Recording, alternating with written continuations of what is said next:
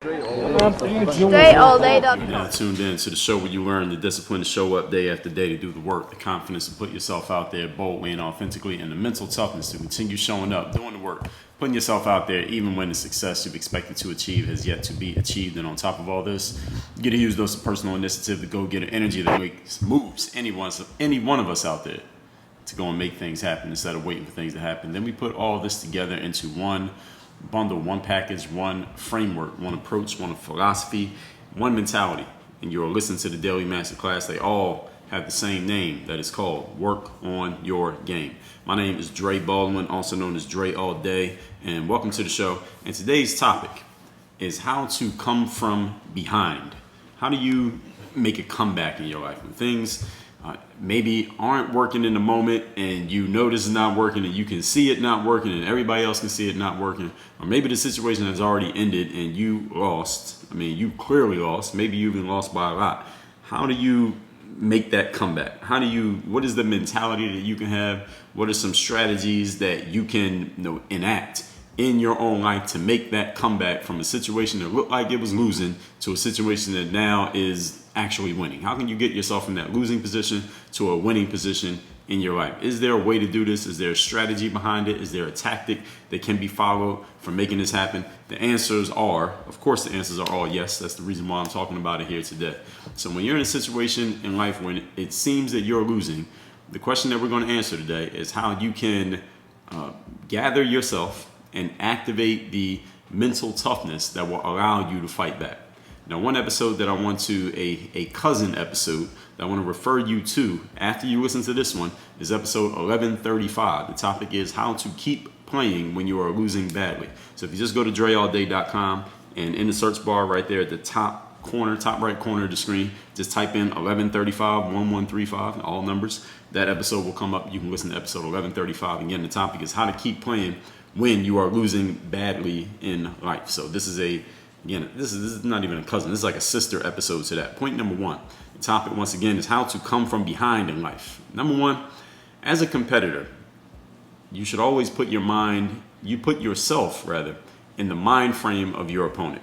Whenever I played sports, or even outside of sports, even in the business world, it's a little bit different in business because you don't always know exactly who your opponent is, and not everybody's playing by the exact same rules. In the sports world, you know exactly who the opponent is, and you know who all of them are, and you know exactly what the rules are, and you know exactly what their goals are. Business, it can be a lot more ambiguous. But either way, in competition, you should always, as a strategist, put yourself in the mind frame of your opponent. In other words, think what they are thinking. Ask yourself, what do they want? What are they actually angling towards? What are they trying to do? What way will they try to defeat you? And then when you can put yourself in the mindset of your opponent, now you can take away from them the very things that they want, because the things that they're after may not be the same things that you're after. And the strengths that they are going to try to leverage might not be the same as the strengths that you're trying to attack and take away. So when you can think what they're thinking, then you can use their skill against them. So give you an example, if I was playing against a basketball player who I knew maybe he had a lot of different skills, but I knew the thing that made him most proud, I knew the thing that he cared about most was how many points he scored in the game, and I'm playing against this guy, my aim is I'm not worried about his rebounding or his defense or his passing or his dribbling. I'm not worried about any of those things because I know even though he can do them, he doesn't really care that much about them. I know the main thing for him, the thing that makes him most proud of himself and makes him feel like he had a good game was how many points he had. So as a competitor, if I'm trying to defeat this guy, I don't need to defeat him physically. I need to defeat him mentally. So what I want to do is take away the thing that gives him mental energy. What gives that guy mental energy in this scenario is how many points he scores. So my angle is just to take away his ability to score points. And the best way to take away someone's ability to score points is not let them get the ball in the first place. You don't even have to stop them. If they can't get the ball, they can't score. It's impossible to score points in basketball without the ball. If anybody can do it, somebody send me the YouTube link and let me check it out so I can add to my knowledge of the game. So that's how I would approach it. I look at any player and I see, all right, what is it about them that makes them feel good about themselves? And I'm going to take that away. Again, this is just in the competitive space. This is not, I'm out in the world just trying to do this to people for no reason in a malicious type of way. So knowing this, let me tell you something that every opponent wants when they get into any kind of competition. This can be in the business world, this can be in the interpersonal world, and also in the sports world. Every competitor wants easy victories. When I was playing a sport, I want some easy victories. If I'm doing business, I want some easy victories. I want to be able to sell a whole bunch of products without doing any work. No marketing, no promotion, no selling, no putting structures together, no setting up payment process. If I could people just give me money for no reason, I don't have to do anything, I only have to get them the product, I would love that. That'd be the easiest possible victory. That's what I'm looking for. In the sports world, opponents want easy victories. In other words, in the business world, in the competitive world where people are actually doing the work, you know what they want? They want to put their opponent in a position where their opponent stops trying. You want to beat your opponent so badly that they no longer want to compete against you. As a competitor, this is what you want to do to your opponents. You want to do this to them mentally. Again, not physically subdue them, but mentally subdue them to where their physical doesn't matter anymore. So the mental is the bigger domino than the physical. In other words, if you take out somebody's mental, just their mental resourcefulness, or any type of mental strength that they have. You just completely take their mental game away from them. It doesn't matter what they're physically capable of because they will not be able to activate it. Is it like they lost the keys to their car? It's a beautiful car sitting there, but they can't drive that Maserati because they lost their keys. They can't even get into the vehicle. They can't start the vehicle. That's what you want to do to your opponents. So understand that your opponents want to do the exact same thing to you. Therefore, using reverse psychology, when you're in a situation in which you are losing badly, and again, your opponent doesn't have to be a person, it doesn't have to be a company or any type of living entity. Your opponent could be a situation. The one thing that you never, ever, ever want to cede to an opponent is an easy victory. All that is said to say this. When you're in a situation in which you are losing, where you're behind by a lot, and it seems like you might as well give up, and that's what people on the sidelines are telling you because that's what they would do. That's the reason they're on the sideline in the first place. The one thing you don't do is give up. This is the one absolute rule that you do not break. Do not quit. Do not give up. Do not give an easy victory to your opponent. Even if they end up beating you and destroying you, make them earn that beat. Make them earn that destroying you. Make them earn it. There was a runner back when I read, back in I believe this in the 70s, maybe even early 80s. I believe it was the 70s. I read Phil Knight's book. The book was called Shoe Dog. Phil Knight, you don't know, he's the person who started the Nike company with the sneakers, Just Do It and all that out in Oregon. And Phil Knight, the sport that he was into was running. He was a runner himself in college. And there was this runner back then. He died, and the runner actually died in an early age, but he was a legendary runner even at a young age. His name was Steve Prefontaine. And he was like the biggest star in Oregon because in that area where Phil Knight was from and where he went to school, running was the big thing. That was like the biggest, most popular sport, I guess. And Prefontaine was the biggest star in the running game. And there was a saying that Phil Knight quoted Prefontaine as saying all the time. He said, Prefontaine would say, listen, somebody might beat me in a race, but if they beat me, they're going to have to bleed in order to do it. And Steve Prefontaine in that saying was telling you the same thing that I'm telling you now. He was telling Phil Knight the same thing that I'm telling you right now, which is even if somebody beats you, make them earn that victory. Never quit, never give them an easy victory. That's what every opponent wants, so make sure you do not give it to them. That's your first order of business. Never give your opponent what they want. For example, another example is in basketball. I was just listening the other day. One of my favorite podcasts is Bill Simmons. He's one of the few podcasts I listen to just for pure entertainment purposes. And he's also known as a sports guy. You probably know who he is. Bill Simmons is a pretty big name in the sports world. And he had Charles Barkley on his podcast. Now, many of you only know Charles Barkley as a talking head on TNT on TV, but I'm old enough to remember Charles Barkley as an actual player. Now, I'm actually from Philadelphia. Charles Barkley played the first 6 or 7 years of his basketball career in Philadelphia, and Charles Barkley is one of the greatest players of all time. And one of the things that Charles was talking about with Bill Simmons on the show, because they were just talking about the current culture of basketball and how players get so sensitive to criticism, and Charles being on TV with Shaquille O'Neal, and those are the two guys that usually do most of the criticism of players, because both of them have earned their right to criticize players because they did the things that they're telling these players they need to do. Charles said, whenever one of these big guys, these 7-foot guys, is shooting a 3-pointer or something like that, the defense is really happy that they did that because you're giving the defense exactly what they want. The defense is saying thank you when you, who's 7 feet tall and 280 pounds, shoots a 3, because even if you make 1 or 2, you're not making the defense work. The defense doesn't have to do any hard work to defend your 3-pointer. If you go down in the post, though, with your size close to the basket and using your height and your strength and all of that, the defense has to work hard against you. Even if you miss, they have to work hard. The defense would rather not work hard. They rather get the day off. They rather have to use less energy than use more energy. So you never want to give your opponent what they want. And this is something that actually one of my basketball coaches once told me. I remember I was playing this guy one-on-one, and my coach was watching the game, and he kept saying to me during the game, because my thing when I was playing, at least when at this point, this was like during my college years, he was like, no, Dre, you have this athleticism, you have this quickness. Use your athleticism and quickness. Don't bail out the defense by shooting jump shots. Any of you who plays ball, or any of you who's a coach or a trainer, you probably tell this to players all the time. We tell it to every player, no matter how good of a shooter they are, don't bail out the defense by shooting a jump shot, because when you shoot a jump shot, your defender does not have to give any energy to guard you.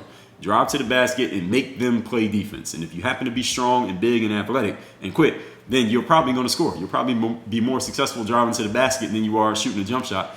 And the defense wants you to shoot a jump shot, because then you're not using your best advantage. So whatever the defense wants, don't do that. Do the exact opposite. If the defense wants you to shoot jumpers, go to the basket. If the defense wants you to go to the basket, shoot jump shots. And most players, you should be going to the basket. Make your opponent work.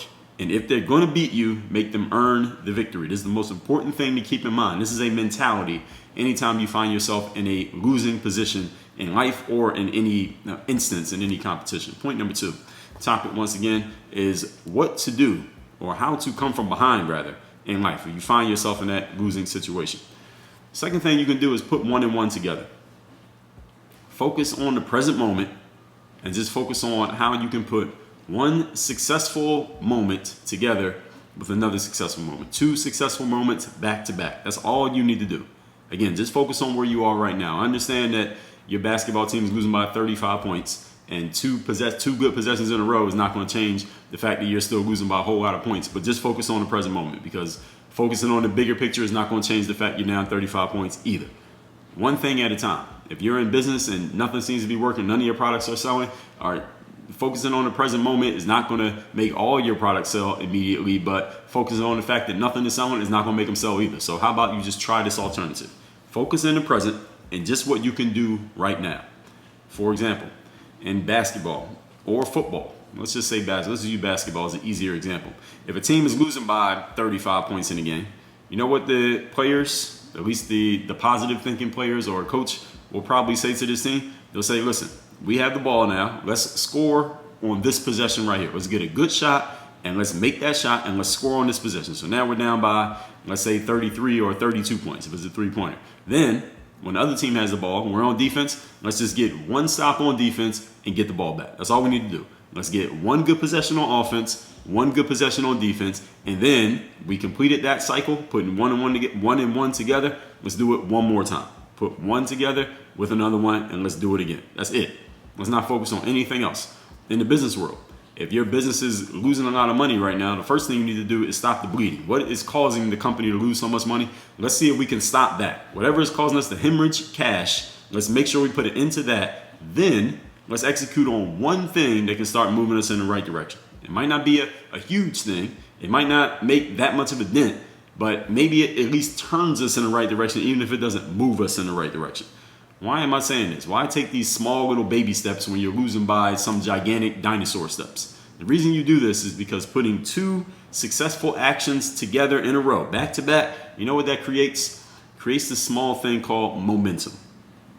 And the root word of momentum is moment. And moment means what?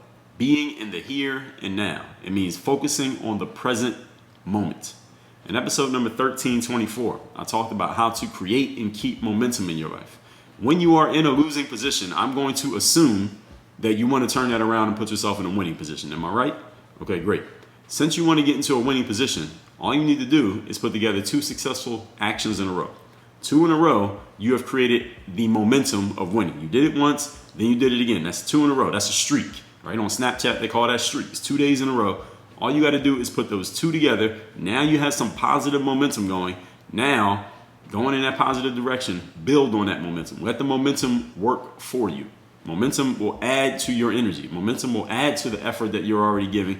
You won't have to supply 100% of the energy anymore. Maybe you still got to give 97%, but that momentum will give you that extra 3% to get to 100. And then when you let it keep going, now you only got to give 90. Momentum gives the 10. Then you only got to give 60. Momentum's giving you 40. This is how momentum starts working, to where you're still getting the result, but you have to work less hard in order to do it, because the momentum is providing energy on your behalf. The way you get that started is, again, stop doing the thing that's causing you to go down. If you're in a hole, stop digging.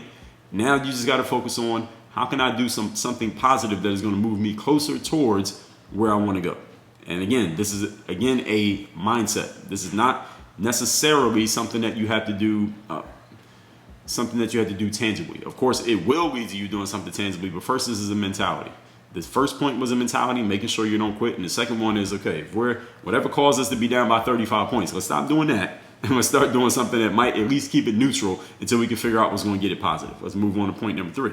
The topic, once again, is what to do when you are losing badly. How to come from behind in life. Now, what to do when you're losing badly was episode number 1135. How to keep playing when you're losing badly. Today is about how to come from behind. Number 3, when you're in a hole, stop digging.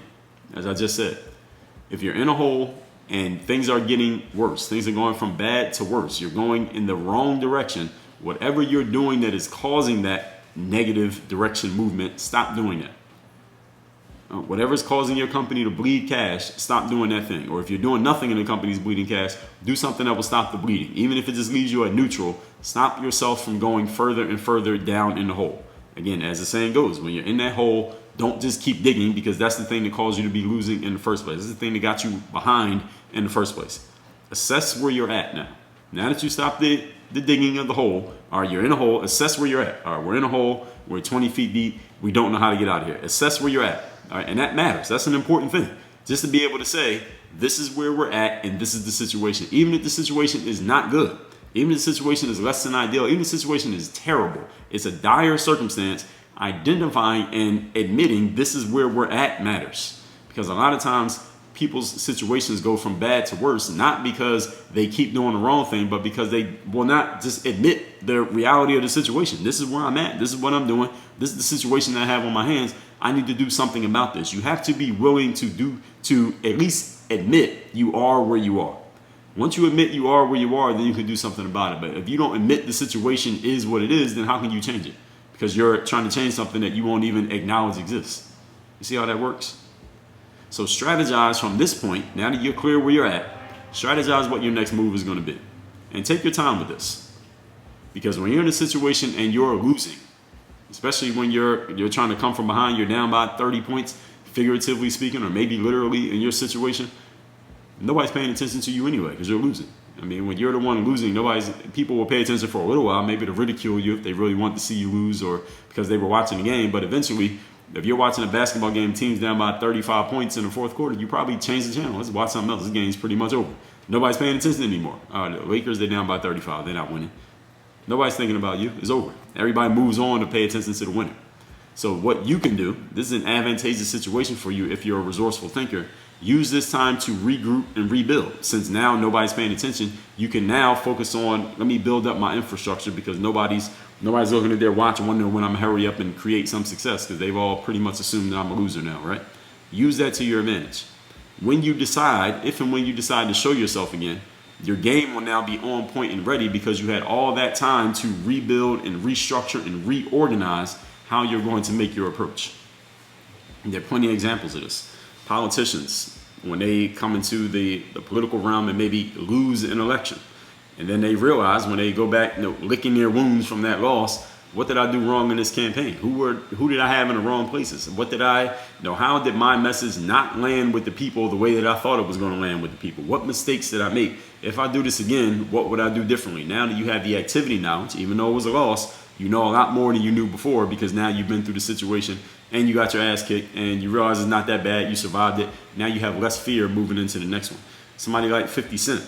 Everyone knows the story of 50 Cent. He was about to come up as a rapper, about to put out his first album. He gets shot 9 times.